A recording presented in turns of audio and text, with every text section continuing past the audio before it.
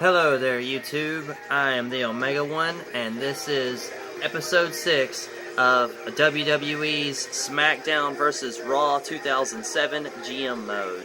Don't forget to give us a like and a subscribe for more content like this. I play several other games and consoles as well, and I do reviews on animes and movies and things of that sort. So if there's anything that you feel like you'd like an explanation to, a game you'd like to see me play, something you'd like to see me review, anything of that nature, feel free to leave it down in the comment section below. Now, I'm going to do just a quick recap of episodes 4 and 5 because they tie in together, which is a Judgment Day pay-per-view and the SmackDown right after the Judgment Day pay-per-view. Now, for Judgment Day, we had a 4-man battle royal. The reason why this is important is because this is what is known as a momentum match. Get a big win, guys that don't really get a lot of wins, or guys that haven't been featured in a while, they come in, they go into this battle royal, and the winner will probably get a push after winning a match like this. And it was it was not an over-the-top rope battle royal, it was a down-to-the-last-man battle royal that saw Big Show, Ken Kennedy, Johnny Nitro, and Matt Hardy go at it.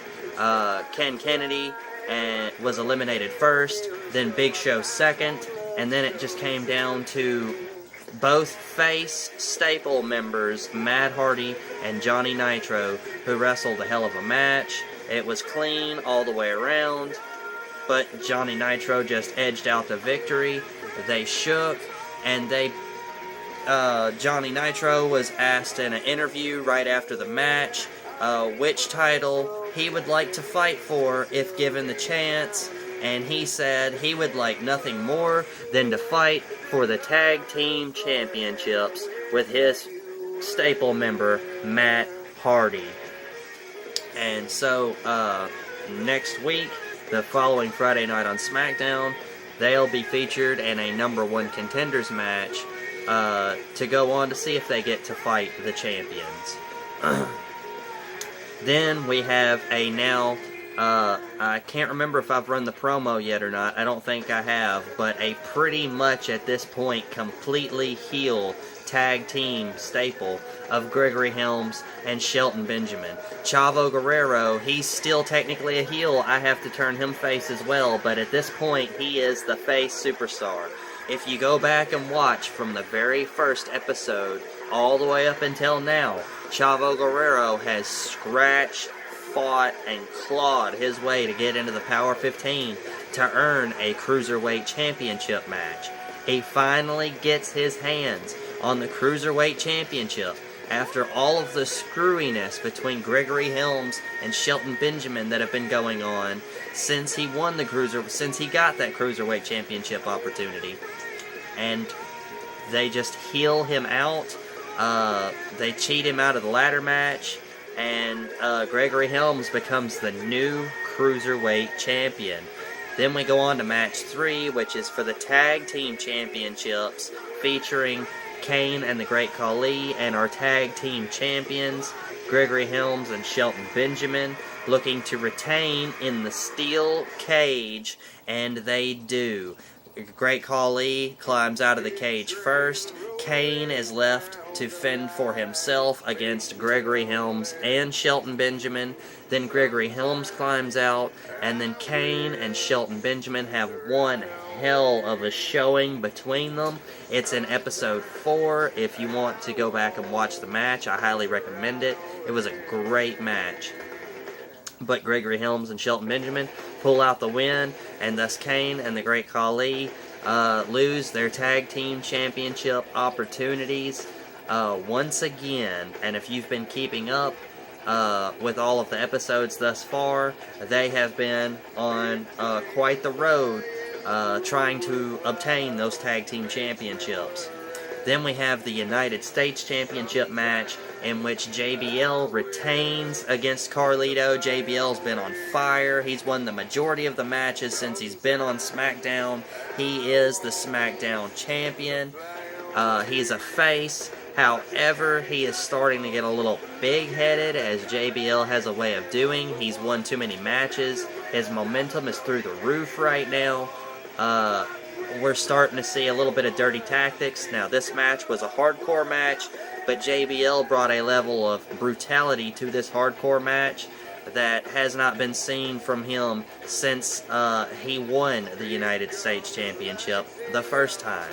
So, this is definitely, or since he, ever since he retained the United States Championship for the first time. Alright. Then we have a 6-man battle royal between Eddie Guerrero, Edge, Triple H, John Cena, Booker T, and Undertaker. Now, the rivalries are John Cena versus Triple H in the #1 contenders match. Edge, Eddie Guerrero, and Undertaker. Edge and Eddie Guerrero have been an alliance, not a staple or a tag team, but an alliance in the decimation of The Undertaker. But as we saw in the previous episodes, dissension began between Edge and Eddie Guerrero,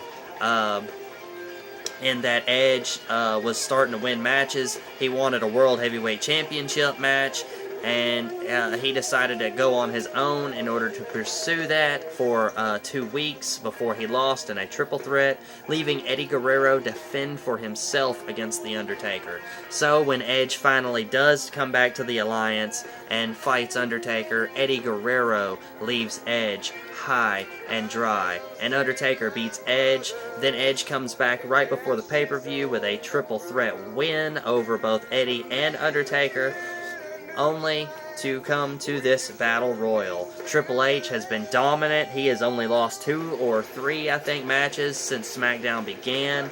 John Cena said he wanted the Cerebral Assassin, that it would take the Cerebral Assassin to win. Triple H said, you want it, you got it, and he has been dominant all throughout.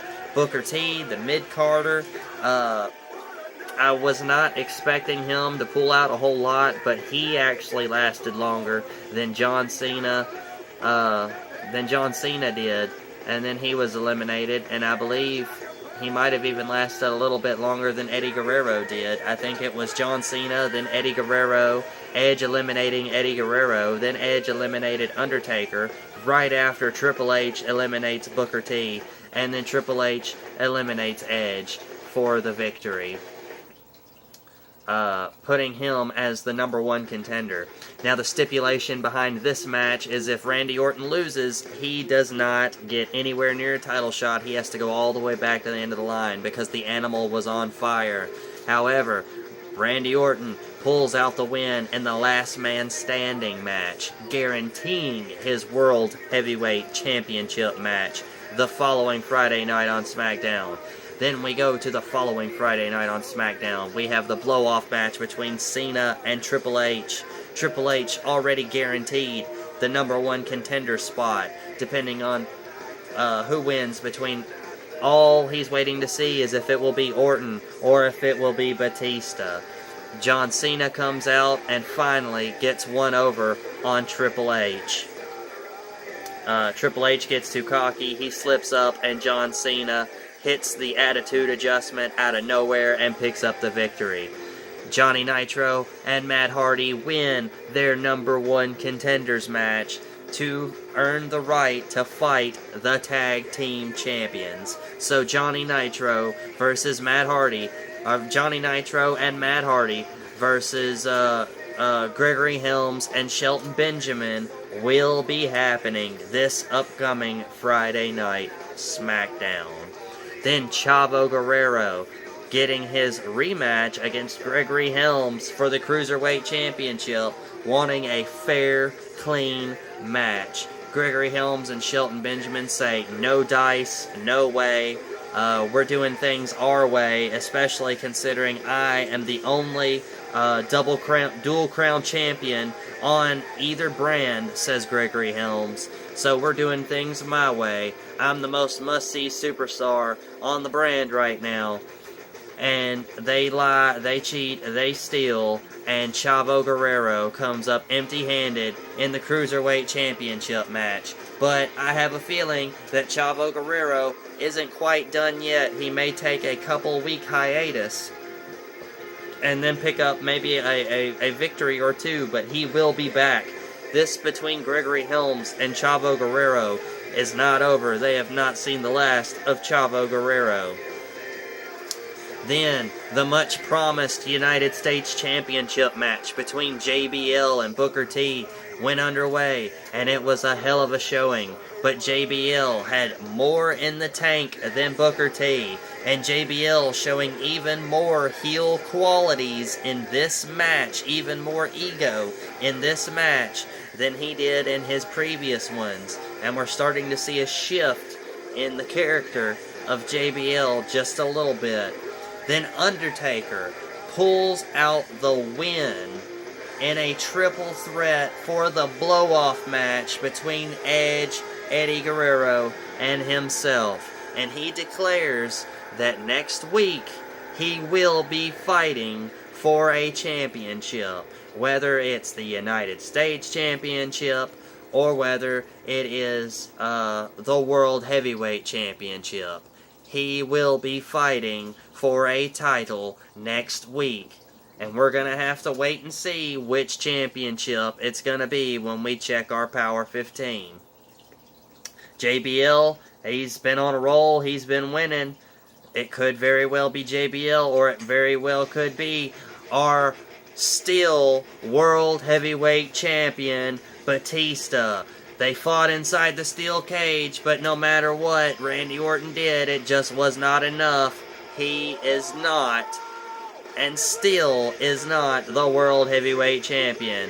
And now, Randy Orton goes all the way back down to the bottom of the list, while their former Evolution teammate, Triple H, will be going on to face Batista this Friday night on SmackDown in singles competition. And we're going to see how it goes, which is this SmackDown, and this is the SmackDown that we just so happen to be on. However, before I get to that, contracts. Yes, contracts. Yes, Undertaker wanting his title shot. He's demanding a title shot. He says, I've been screwed week in and week out by Edge and Eddie Guerrero. The odds, they've been against me week in and week out. The only time I can get wins is when they were either fighting amongst themselves or when I could get them alone. But they were double teaming me week in and week out. Then last week we have our triple threat match, and I come out on top. I deserve a championship match, and I don't care if it's JBL or if it's Batista. It's happening one way or the other. And then we have all of these expiring contracts.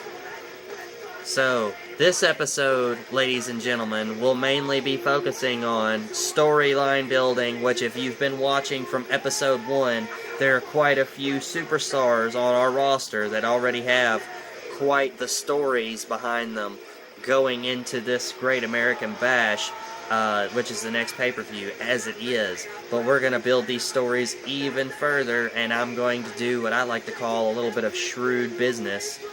As you can see, we have contracts expiring, a bunch of them. So, what I'm going to do is I'm going to trade a couple of guys over. Big Show.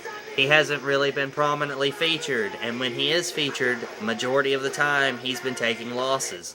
Now, he did come up off of a win the last time he was on SmackDown, but I'm gonna trade him to Raw. He's one of my one-weekers. I'm gonna trade him to Raw. And let's see who else we've got in our one-week pool here. We've got Ken Kennedy, Matt Hardy, the Great Khali. I could trade over the Great Khali and break that tag team up. Had to get a drink of juice, excuse me. I could trade him over and break that tag team up and let Cain go on his own and maybe start a solo run, because they are done for the tag team championships. That is done. That is no more. So we will say, after they lost their #1 contendership, Cain turned on the great Khali and left him laying in the middle of the ring. And Khali's contract is set to expire, so he is being traded over to Raw. So maybe somewhere down the line, the great Khali will be able to come back to SmackDown and exact his, exhume his revenge upon Cain. So that could be a lingering storyline for later. We will just have to see. Let's see. And I'm trying to figure out who else I might be able to toss over that way. First, let's just see if they'll take this. RVD. I've got to try to go for RVD. Oh, and they didn't take it. Okay, well, let's go for Ken Kennedy. He is also not very prominently featured, and he has one more win than he does losses of the few matches that he has been in. I don't really want to get rid of Ken Kennedy because he is a solid lower mid-card talent, in my opinion, as far as my roster is concerned. However, if it means that I'll get Rob Van Dam, then I am very well inclined to do that trade. And Big Show, excuse me. And then let's go Great Khali, and let's see maybe if we can get one other person, one other switch in Great Khali's place. I'm thinking maybe Chris Masters. Let's go for Chris Masters. They did it. We now have Rob Van Dam and Chris Masters on Friday Night SmackDown. And now our 1 week contracts are even less. Matt Hardy, he's only at 56, so we're going to give him a 5-week contract extension. So he's at 6 weeks now. We got a couple of guys that are at 4 weeks. RVD, I'm going to go ahead and give him an extra 5 weeks, just so, because he's kind of high up, a popularity of 76, and I really don't want that contract to run down on me, because he's kind of expensive. Cain, he's a 60 in 5 weeks. Johnny Nitro, even though Johnny Nitro and Matt Hardy are probably about to get big pushes towards the tag team championships, I'm still only going to give them 5-week contracts at a time. It's just easier that way. JBL, I'm going to go ahead and sling him a 5-week contract because he's starting to get a little bit expensive, and I don't want his contract to run up either. Carlito, I'll give Carlito 5 weeks. Chavo Guerrero 5 weeks because he's still only at a 61. And Gregory Helms, well, he's our tag team champion. I'll sling him 3 months. 14 weeks because he is our only dual crown champion. So, with 2 titles, I think he deserves more than just your standard 5-week contract. I think he deserves to be locked in for 3 months because he has really gone a long way from where he started at a lowly 57 overall, 56, 57 overall at the very beginning, and here we are, 2 weeks, 2 Friday Night SmackDowns after our first pay-per-view, and he is already sitting at a 70, which is, I mean, even mostly is the titles added together, but even still, Gregory Helms is really doing his part. Alright, so I believe that is all of the contracts have been handled. We now have Rob Van Dam,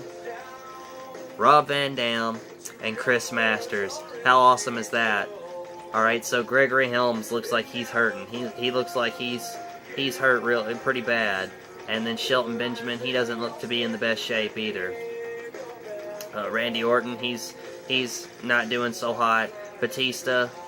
Alright, so Gregory Helms and Shelton Benjamin, they need a break. They need a break. They need a break. So, what we're going to do is Shelton Benjamin and Gregory Helms are going to get the night off. We're going to go ahead and set a couple of rivalries. A hungry challenger. We know for a fact, because it was announced last week, Triple H and Batista will be fighting for the World Heavyweight Championship. So that is definitely a thing. That is definitely happening. Number one contender. We're going to go...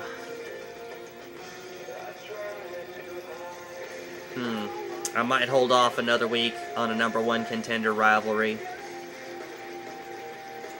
JBL will more than likely turn heel this week, and I will more than likely turn Chavo face next week,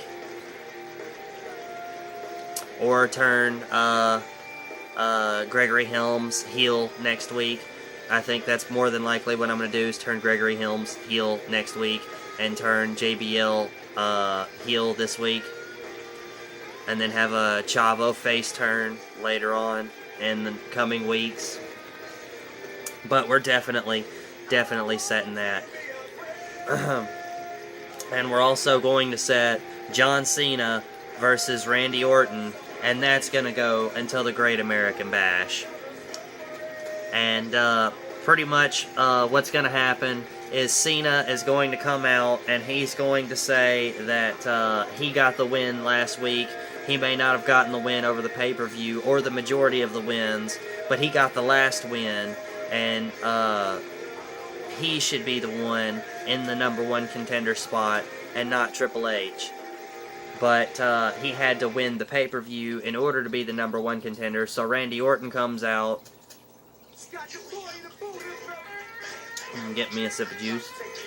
Randy Orton comes out and says, you are, if I'm, excuse me, I'm getting tongue-tied a little bit. Randy Orton comes out, it's apple juice, and when I drink cold apple juice, it makes me get a lot of spit in my mouth. So I'm like trying to swallow my spit and keep it from messing up my speech, and it's doing exactly what I'm not wanting it to do. Alright, so John Cena, he comes out and he's talking about how he deserves to be the number one contender for the world title, and not Triple H, because he got the last win, technically. He didn't get the majority or the pay-per-view win, but he got the last win. Well, Randy Orton comes out and says there's no way that you're going to get a World Heavyweight Championship shot. There's no way that that's happening, and if I have to beat you every week to prove that you don't deserve a World Heavyweight Championship match, then I will do so, and in doing so, prove that I deserve another World Heavyweight Championship match, because it's always Orton, right? So we're going to go ahead and start that one, and go ahead and start that one, because we know for a fact that Triple H is the number one contender. So, JBL, full on his own business. Let's see, where is it? Yep, dirty clean turn. JBL. They're interviewing JBL, and of course, he's so high on the hog right now. He's talking about no one can... Excuse me. Swallowed that saliva down the wrong hole. He's coming out saying that nobody can beat him, that he is a wrestling god, that no one will ever take this United States Championship away from him, and he'll prove it. He'll have an open challenge tonight, just because that's the kind of guy he is. Turning completely heel, you can 100% tell that he is heel at this point. The fans, the boos, are raining down from the arena at this point. But that sets up our main event, United States Championship match between Undertaker and his surprise opponent, The Undertaker. I said that wrong, didn't I? Between JBL and his surprise opponent, The Undertaker. There we go. Alright. Triple H versus Batista. That's definitely happening. In fact, I may very well make that the first match. Triple H, Batista. Yeah, that's going to be our first match. Then we're going to have a match between Edge and Eddie Guerrero because they need to settle their differences in the ring. Both of them suffering a loss to the Undertaker, so they're needing to settle their differences. And we've got Mr. Friday Nights, was Mr. Monday Nights, now he's Mr. Friday Nights, Rob Van Dam, making his Friday Night SmackDown appearance. And he will fight against Carlito. Yeah, I like that. He'll fight against Carlito in the opening and in his debut match. Yeah, okay. That's good. I don't know if a rivalry will come out of it or not, but we'll see. Like I said, I'm giving the tag team champions the night off. They're both exhausted, and I don't really want to risk them getting injured, to be quite honest. So, I'm going to have Cain go up against probably Chris Masters. I'm going to have Johnny Nitro fight in this match against, who? Booker T. Yeah, we'll have Booker T versus Cain, and then here we'll have Matt Hardy versus Cain.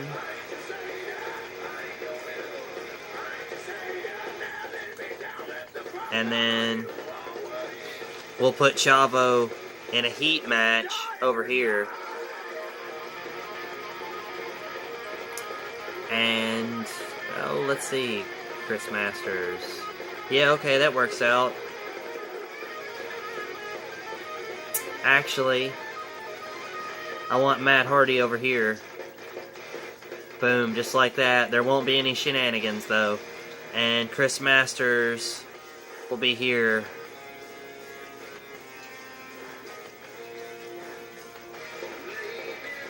And that leaves... Well, actually, that doesn't leave anybody, does it, now that I think about it? Okay, so, no, we're gonna have to scrap those plans. Yep, like that. And then this can go back.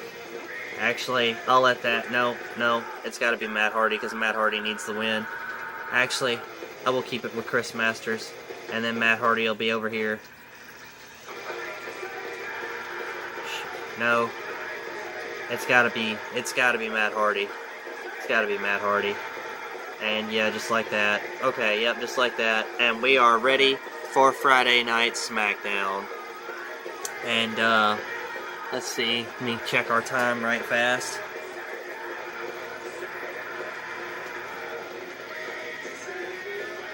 Okay, right at about... We have about 5 minutes, maybe, of video time technically left. So... what we're gonna do is this isn't gonna be like just a huge as far as match goes. Now we might watch some of next week's matches, but this is pretty much all this episode. This episode is to set up our Great American Bash pay-per-view rivalries, which are already going really well as far as storyline and kayfabe is concerned, if you've been keeping up with the previous episodes. And those contracts. Normally, right about this time, everybody that I've seen anyway run into real problems with the contracts right about this time. And I'm going to be honest with you, we've been beating, with the exception of their one pay-per-view Backlash that they had, that is the only time that they have beaten SmackDown in the ratings since we have started this campaign. So Raw is actually not doing too hot. And I went back. I know you're wondering why I decided to put Undertaker in the United States Championship match, but that's because I went and viewed the Power 15 previously, and Undertaker is sitting 6th, which is just right outside of being high enough to fight for the World Championship. But JBL is in the spot right under him. Technically, Edge separates him and JBL, but Undertaker beat Edge last week in a triple threat match with Eddie Guerrero. So if anybody gets to fight JBL at this point, it's the Undertaker. So, and Undertaker's never been United States champion before, I don't think. So this is a whole new venue, a whole new threshold for us to go across. Undertaker could win the United States championship and very well go on. And very well go on to win the World Heavyweight Championship off of the win and the momentum of winning the United States Championship. However, I do think that I'm gonna... Yeah, you know what? I'm actually gonna play this match. So, I'm gonna try to... Yes. Yeah, I'm gonna play it.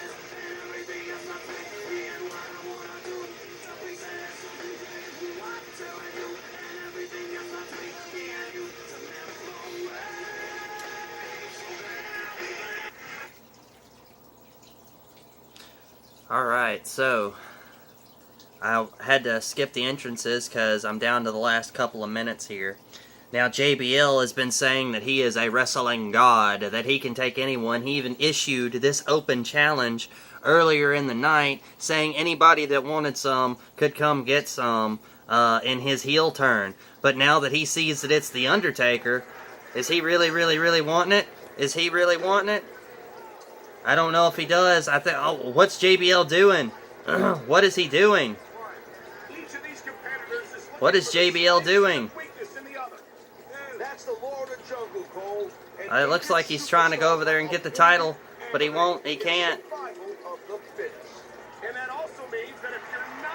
I don't think he wants any of The Undertaker.